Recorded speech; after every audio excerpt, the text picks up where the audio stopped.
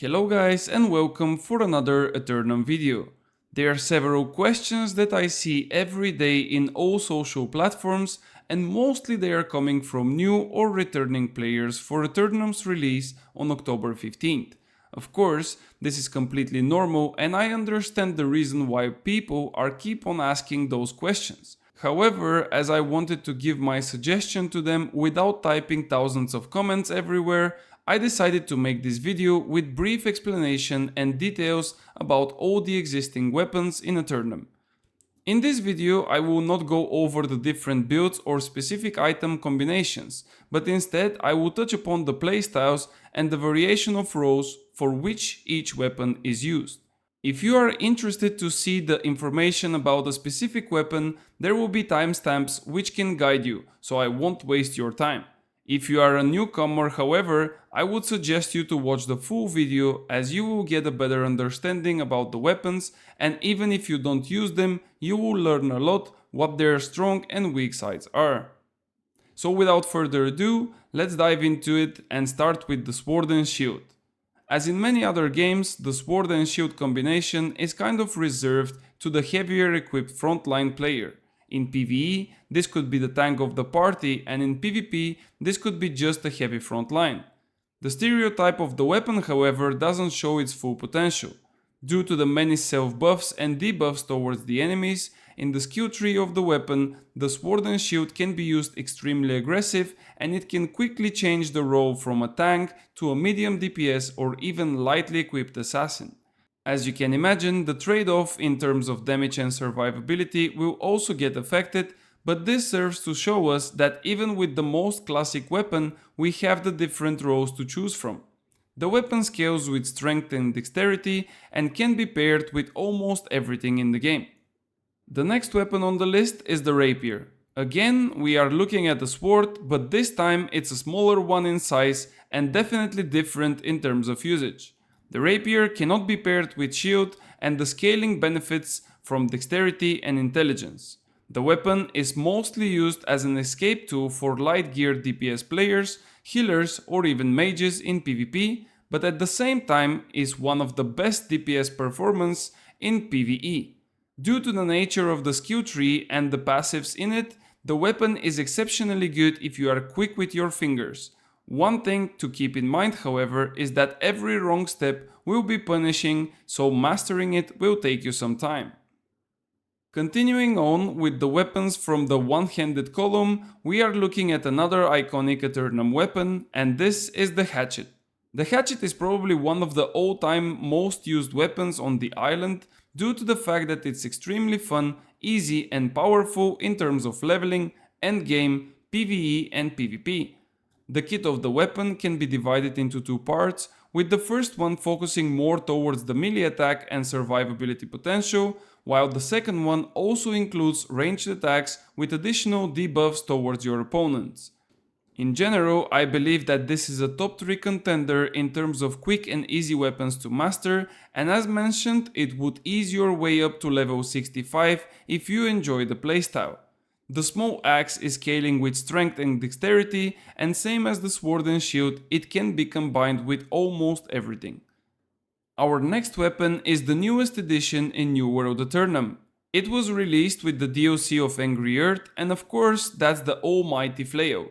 Personally, I didn't have much time with the Flail in my hands, but from what I know and what I've experienced, the weapon is a perfect fit for all the tanks and the frontline supporters. It provides a whole list of buffs to all the allies, and on top of that it has a strong kit of debuffs which can weaken your opponent quite literally. Regarding the level experience, I would not recommend you to use Flail as your main hand weapon. However, you can definitely give it a try as a secondary and try to maximize the potential of the utility. The scaling for the weapon comes from strength and focus.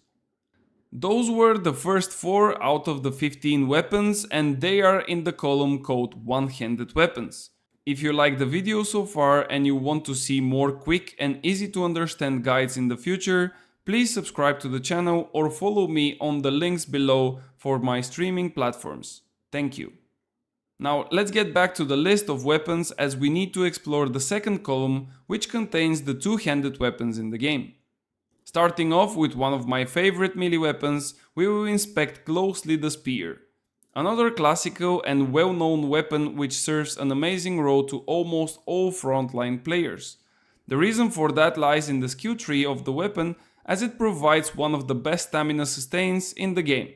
As a newcomer to Aeternum, you might not know how important the stamina is, but with the time you will find that this is a key component not only to PvP, but also in PvE. Apart from that, the spear also has really high rend and weaken potential, as those are the two best debuffs in the game. The rend is reducing the enemy's total armor values, while the weaken is lowering the damage output. Of course, to be one of the best weapons, this is not enough, so the spear has the longest reach in terms of light and heavy attacks, as well as real quick combos combining light attacks with abilities with a short animation cancel. The weapon scales with strength and dexterity, and to no one's surprise, it is mostly combined with the already mentioned two Sword and Shield and Hatchet. Another amazing and really common two-handed weapon is the Great Axe. As many people already said in the past, this axe is just great, and they were not wrong. This is another iconic weapon which was heavily used in the early days of the game due to the potential in both offense and defensive performance.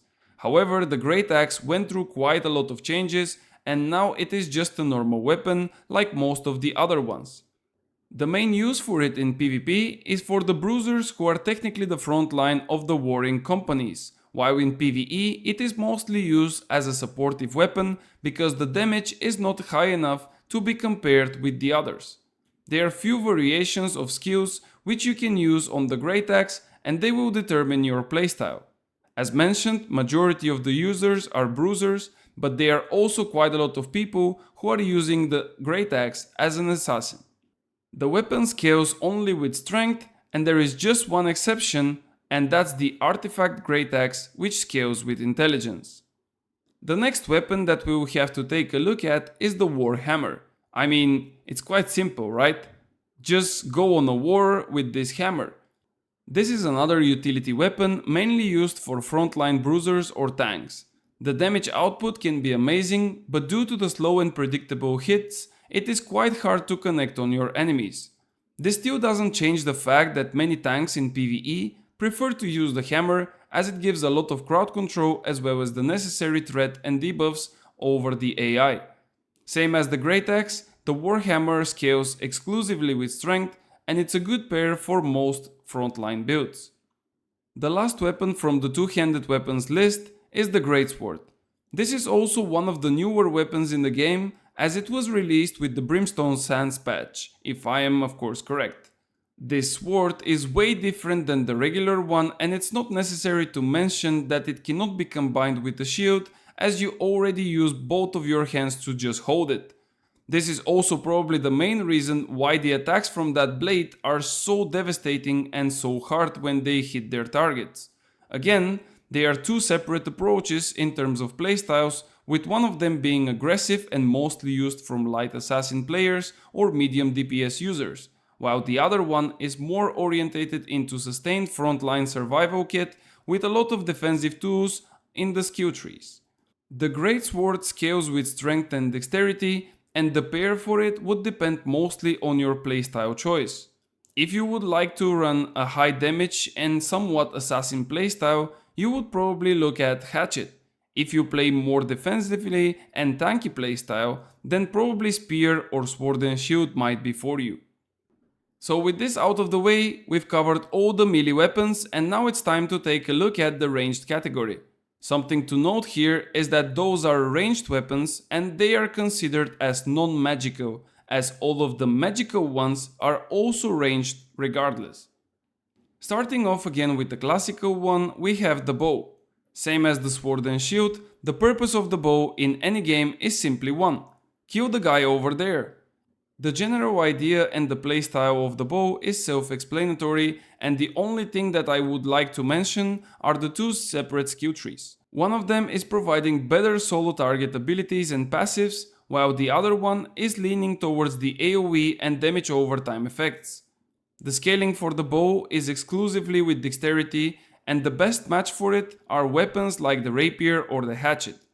This way you can secure your survival in case you get in trouble in PvP. Regarding PvE, the bow can be used as a safe option in most of the expeditions, but usually it is not received well due to the lack of party buffs and debuffs. Another banger of a ranged weapon which caused a lot of negative comments, threats and whatnot is of course the Musket. This gun is quite simply the best example of a glass cannon weapon in the game. While the damage output can go over the roof sometimes, the users which hold Musket might die from literally few hits. As you can imagine, this makes the weapon quite hard, especially in PvP, as it will require a lot of practice before you can master it. In terms of PvE, the weapon is pretty much valid for use and a lot of people are pairing it with Rapier. The scaling attributes are also matching the one from the Rapier with dexterity and intelligence, which makes them the perfect pair. The last of the ranged non-magical weapons is the Blunderbuss, or how some people like to call it, the BB gun. The weapon might look like a small shotgun in your hands, but with the correct items it might become a bazooka for your opponents. The main use for it is in light equipped DPS players who can be both ranged or assassin orientated. The skill kit of the weapon is made for both types of fights, as it has good single target abilities as well as AoE ones. Probably the biggest downside is the range as well as the reload, which comes after each 2 hits. The scaling attributes are strength and intelligence, which opens up a lot of potential combinations for the weapon. Finally, we've made it to the last section of weapons in Aeternum. Those are the magical weapons, and as I said earlier, they are also all ranged. The first and my personal favorite is the Fire Staff. This is basically the face of the mage class, and it is used as the main elemental damage source in the game. Same as all other weapons, the skill tree provides 2 variations of playstyles. One is for close range combats, and the other one is for a higher distance fight. In terms of playstyle and passives, the Fire Staff is similar to the bow. You are the DPS, and that's just about it. When it comes to performance and damage, the staff can do wonders in the right hands, but it can be countered quickly if you are out of position or too close for comfort. The scaling is exclusively with intelligence, and the best pairs for the weapon are other magical weapons or the Rapier, which can serve as a getaway from danger. The second magical weapon on the list is the most needed and necessary one in the game. You've guessed it right, that's the Life Staff. As this is still the main source of healing in the game, the Life Staff is pretty much mandatory pick in all kinds of content. While there are a lot of people who are also using it for self-sustain and adding it to medium and heavy loadouts, the Life Staff is designed to be used by light healers so they can provide the maximum healing potential to their teammates. The weapon scales 100% with focus, and the best secondary to it is either Rapier for slippery escapes or the next weapon on the list, which is the Ice Gauntlet. This is another really common weapon in Aeternum simply because it's probably the best survival kit. The Gauntlet was once a decent source for damage, but after a couple of changes to the combat, it is not really close to the competition. This of course doesn't stop some people from using it, as usually it is the most common second-hand support weapon for mages, supports, healers or even DPS players. Intelligence is the main scaling attribute, the same way as the Fire Staff. And last but not least, we are looking at another gauntlet, but this time it is the Void Gauntlet.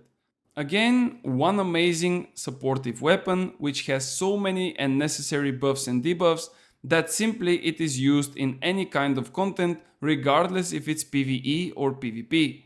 The amount of damage provided by the weapon on its own, it's not that high, but in case it is used properly, it would have probably the best setup for your main hand weapon, and then you can definitely feel it. Void Gauntlet is commonly used by all types of players and playstyles, starting off with healers, supporting players, assassins and even mages. The scaling is split between focus and intelligence, so feel free to experiment on your own. Well, I guess we finally got to the end. Those were all the 15 weapons in New World Aeternum, and I hope that my brief explanation for each and every of them gave you a spark and idea of what you should use.